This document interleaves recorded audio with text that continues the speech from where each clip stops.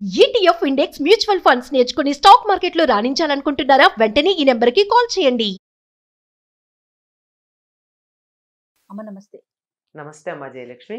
జయలక్ష్మి చక్కగా చెప్పారు. అదే నాకు ఫుల్ నేమ్ పిలవడం ఇష్టం అమ్మా. మా అబ్బా. పిల్లల్ని కూడా నేను ఫుల్ నేమ్ పిలుస్తా. అవునా? ఇన్నాళ్ళు జయ అనే అనుకున్నాను. Okay okay. ఇప్పుడు జయలక్ష్మి అని తెలిసాక పూర్తి పేరు పెద్దవాళ్ళు ఎందుకు పెడతారు? ఒక ఉద్దేశంతో పెడతారు. పూర్తి పేరుతో పిలిస్తేనే ఆ పేరుకి అందం. అబ్బా వింటానికి భలే ఆనందంగా ఉంది. అందరూ జయానే అంటారు తప్ప జయలక్ష్మి అంటారమ్మా. నేను చక్కగా జయలక్ష్మి అంట. ఇవాళ Okay. నుంచి జయలక్ష్మి అనే పిలుస్తా. ఓకే. మీరు జయలక్ష్మి అన్నారు కదా, ఉమ్, సో అందులో నుంచి ఒక టాపిక్ తీసుకుంటున్నాను చూడండి. తీసుకోండి అమ్మా. లక్ష్మీదేవి స్థిరంగా ఉండాలంటే ఏం చేయాలి?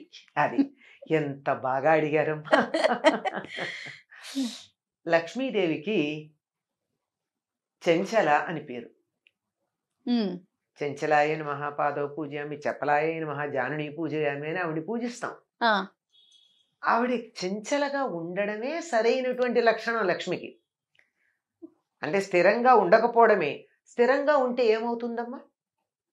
కదలకుండా ఉంటే స్టాగ్నేట్ అవుతుంది, మురిగిపోతుంది. ఓ ఇప్పుడు అక్కడ ఉంది ఉమ్, మనకి స్విస్ బ్యాంక్ లో మన వాళ్ళకి చాలా మందికి డబ్బు ఉంది. ఆ, ఏమైంది? అలానే ఉంది. ఎవరికి ఉపయోగపడింది? ఆ రోజు పెట్టినప్పుడు ఓ 100, 1000, 1,00,000, కోటో యూరోలు, ఉమ్, ఆ డాలర్లు. ఆ రోజు దాన్ని వాడుకుంటే బాగుండేది. ఇప్పుడు దాని విలువ ఏమైనట్టు? ఏదో యూరో విలువ పెరిగింది అంటారేమో, కానీ ఆ రోజు బంగారం కొనుక్కుని ఉంటే నాకు ఇంత విలువ వచ్చి ఉండేది. ఉమ్. ఇవాళ అంతే ఉంటే ఏం పెరిగింది? ఆ రోజు నేను పొలం కొనుక్కుని ఉంటే బొళ్ళు తిని ఉండేదాన్ని, 10 మందికి పెట్టేదాన్ని. దానివల్ల ఇప్పుడు నాకేమిటి లాభం? కనుక ఏదైనా సరే చెంచలగా ఉండడం అన్నది లక్ష్మి యొక్క లక్షణం. సో స్థిరంగా ఉండాలని కోరుకోవద్దంటారా? స్థిరంగా మన ఇంట్లో ఉండాలి, కానీ చంచలమైన స్థిరత్వం ఉండాలి. ఆవిడ కదురుతుంది. అది ఎలా ఉండాలో చెప్తున్నాను. ఇంగ్లీష్లో కూడా కరెన్సీ అంటాం. కరెన్సీ అంటే ఏమిటి అర్థం? కరెంట్, ప్రవాహశీలము. ప్రవహిస్తుంటేనే దానికి విలువ. కదలాలంటే ఎప్పుడు కదులుతుందమ్మా? వెళ్ళిపోవడం కాదు కదా, ఆహా. వస్తూ ఉంటుంది, పెడుతూ ఉంటుంది, వస్తూ ఉంటుంది, పెడుతూ ఉంటుంది. ఓహో. నీళ్లు అలా ప్రవహిస్తూ ఉంటే స్వచ్ఛంగా ఉంటాయి, ప్రవహించకపోతే వాసన వస్తాయి. వాసన వస్తాయి. నీరు స్వచ్ఛంగా ఉండడానికి ప్రవాహం ఎంత అవసరమో, ధనం కూడా దాని విలువ కలిగి ఉండడానికి అది ప్రవహిస్తూ ఉండాలి, వస్తూ ఉండాలి. ఇక్కడ ఉండకూడదు, వెళ్ళి మళ్ళీ అది వెళ్ళి రీజనరేట్ అవుతూ ఉండాలి. సరే, వస్తూ ఉండాలంటే ఏం చేయాలో చెప్పండి. అది మీరు అట్లా అడిగారు, అది బాగుంది. ఎందుకంటే ఉమ్, లక్ష్మి తాను ఉంటాను అని చెప్పినటువంటి ప్రదేశాలు కొన్ని ఉన్నాయి తన స్థానాలుగా. ఉమ్, ఉమ్, ఉమ్. పసుపు, పువ్వులు, ఏనుగు యొక్క కుంభస్థలం ఉమ్. లక్ష్మీప్రదం అంటారు దాన్ని చూస్తే. అంటే ఇంట్లో పెట్టుకుంటే కాదు సుమా, చూస్తే ఆ, ఆ. లక్ష్మీ కళగా కనిపిస్తూ ఉంటుంది. అట్లా చెప్పినటువంటి ప్రదేశాల్లో దీపము ఉమ్, ఉమ్. ఇలాంటివి, అలాంటి వాటిల్లో ఆవిడ ఇంకా ఇష్టంగా వచ్చి కాసేపు కూర్చోవాలి కదా. ఆ, అలా కూర్చోవాలంటే ఆవిడ కూర్చునే చోటు ఇవ్వాలి. ఇవ్వాలి కదా మనం. కూర్చునే చోట అక్కడ చెత్త వేస్తే ఎవరినకు, నేనే కూర్చోను, మీరు కూర్చోరు, ఎవరు కూర్చుంటారు? ఎవరు కూర్చోరు కదా. ఉమ్. కనుక ఆవిడ వచ్చి కూర్చోవాలంటే సరైనటువంటి స్థలం ఉండాలి, శుభ్రంగా ఉండాలి. శుచిగా ఉండాలి. ఆ, శుచి, శుభ్రత అని 2 ఉన్నాయి. ఆ 2 ఉంటే లక్ష్మీదేవి ఉంటుంది. శుభ్రత అంటే పరిసరాలు నీట్గా ఉంచడం. ఉమ్. శుచి అంటే ఇది ప్రవర్తనకి సంబంధించింది. మన ప్రవర్తన సభ్యంగా ఉండాలి. అబద్ధం ఆడకూడదు, దొంగతనం చేయకూడదు, తిట్టకూడదు, చెత్త మాటలు మాట్లాడకూడదు, దురాలోచనలు చేయకూడదు. ఇవన్నీ ఉన్న చోట లక్ష్మి తాను ఉంటాను అని చెప్పింది. ఇల్లు నాకు డబ్బు కావాలి, బాగుంది, కానీ ఇల్లు చిమ్ముకునే ఓపిక లేదే. ఇల్లు శుభ్రంగా లేకపోతే ఆవిడ వస్తుందా?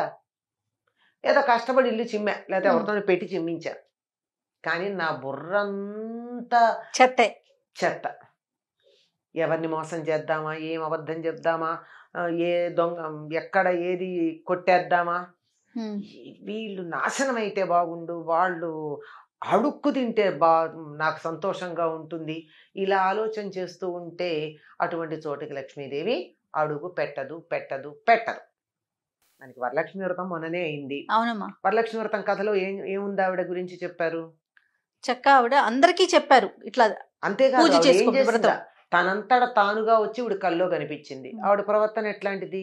అత్తమామని సజావైన ప్రేమగా ప్రవర్తన. చూసుకుంటూ, గయ్యాళి కాక హితంగా మితంగా మాట్లాడుతూ, ఉన్నంతలో సంతృప్తిగా చిరునవ్వులను చిందిస్తూ ఉండేది. ఉమ్. ఇది ఉంటే చాలు కదా. మనం అంటూ ఉంటాం కొంతమందిని చూసి, బా ఆ మొహంలో లక్ష్మీ కళ ఉట్టిపడుతోందండి అంటాం. లక్ష్మీ కళ ఉట్టిపడుతోందంటే అందంగా ఉన్నారనా? వాళ్ళు ఏం పెద్ద అందంగా ఏం ఉండరు. లెక్క ప్రకారం చూస్తే పెద్ద కళ్ళు కావు, కోటేరేసిన ముక్కు కాదు, మంచి రంగు కాదు, ఏమీ కాదు. కానీ చూడంగానే ఇంకా ఇంకా ఇంకా చూడాలనిపిస్తుంది. ఈల వేసి గోల చేద్దాం అనిపించదు, కానీ చెయ్యెత్తి దండం పెడదాం అనిపిస్తుంది ఆ ముఖం చూస్తే. అటువంటి దానికి లక్ష్మీ కళ అంటారు. ఎందుకుంటుంది? వాళ్ళ మనసు బాగుంది గనక.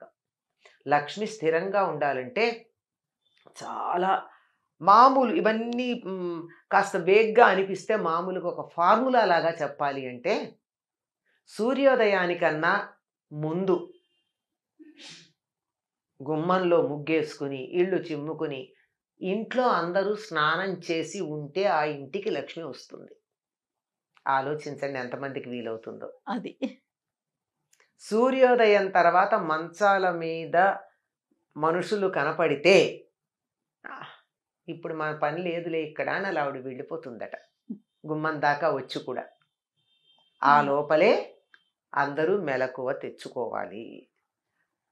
పాచి బట్టలు, పాత బట్టల మూటలు, చెత్త, బూజు, దుమ్ము ఉన్న చోట లక్ష్మీదేవి అడుగు పెట్టను అని చెప్పింది. సాలీడును కూడా స్త్రీ అంటారు, అయినా సరే ఆవిడ సాలీడు ఉంటే ఆవిడ ఉండదు. బూజులు వేలాడుతున్న ఇంట్లో, పాచి ఉన్న ఇంట్లో ఉండదు. స్పష్టంగా చెప్తుంది. విప్పిన బట్టలు దరిద్ర హేతువులు. మనకి ఒక జానపద గేయం ఉంటుందమ్మా, ఇంట్లో ఆడవాళ్ళు పాడుకుంటారు, ఆడవాళ్ళు పాడేది. లక్ష్మీ జ్యేష్ఠ సంవాదం అది. అక్క చెల్లెలు.